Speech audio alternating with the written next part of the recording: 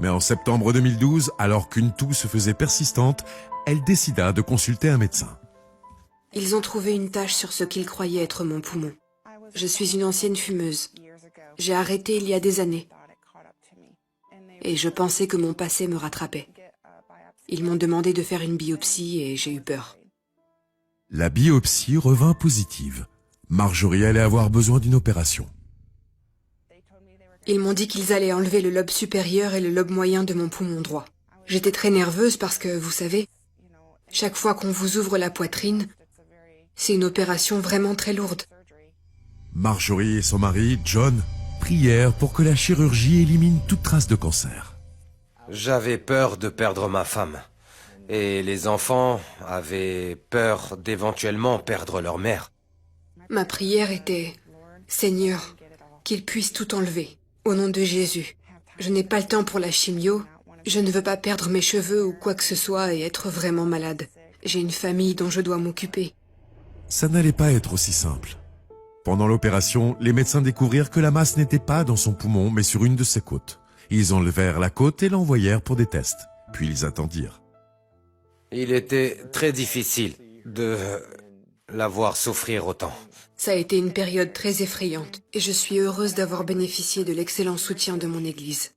Les résultats arrivèrent finalement. Il y avait une conseillère dans la pièce qui tenait une boîte de mouchoirs. J'ai perdu les pédales. Je me suis mise à pleurer en me disant « Ça doit être grave ».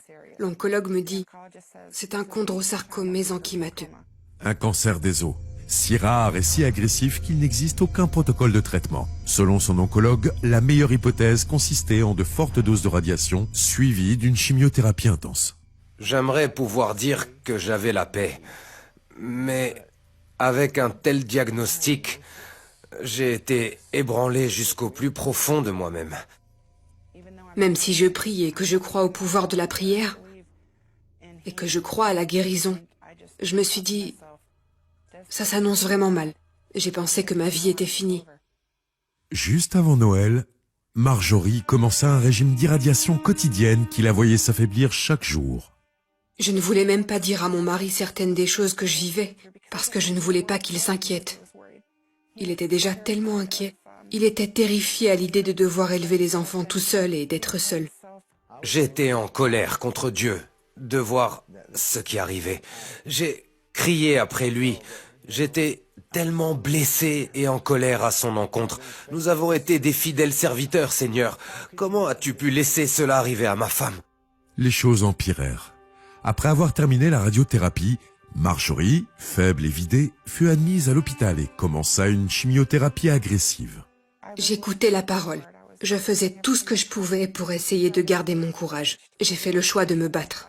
Je vais combattre le combat de la foi. C'est la chose la plus difficile que j'ai jamais eu à traverser. La fenêtre du traitement était si étroite. Après une séance de chimiothérapie, Marjorie fit une mauvaise réaction. Elle devint inconsciente, presque comateuse. Le médecin expliqua qu'en raison de la nature extrême de la chimiothérapie et du traitement expérimental qu'ils utilisaient, il était possible qu'elle ne survive pas au traitement. Tandis que John et les médecins examinaient les différentes options, Marjorie déclara avoir reçu la visite de Dieu. Il a dit, tu peux mourir et venir à la maison et être avec moi, ou tu peux choisir la vie et vivre. Je ne voulais pas quitter mon mari et mes enfants. Alors j'ai dit, Seigneur, je veux vivre.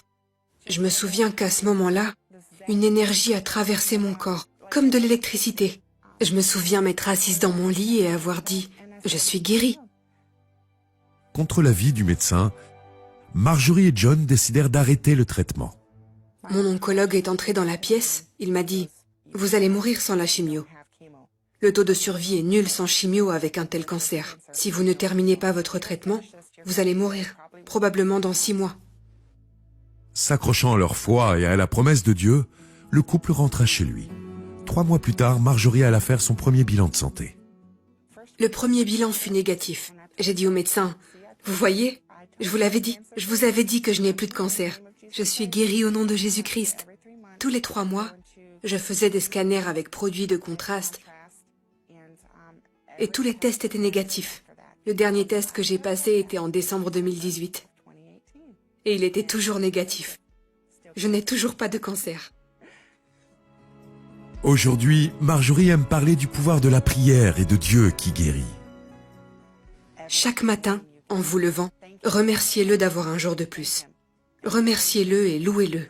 Louez-le à tout moment, peu importe si vous vous sentez malade. Louez-le. Vous devez proclamer sa parole sur vous et annoncer la guérison.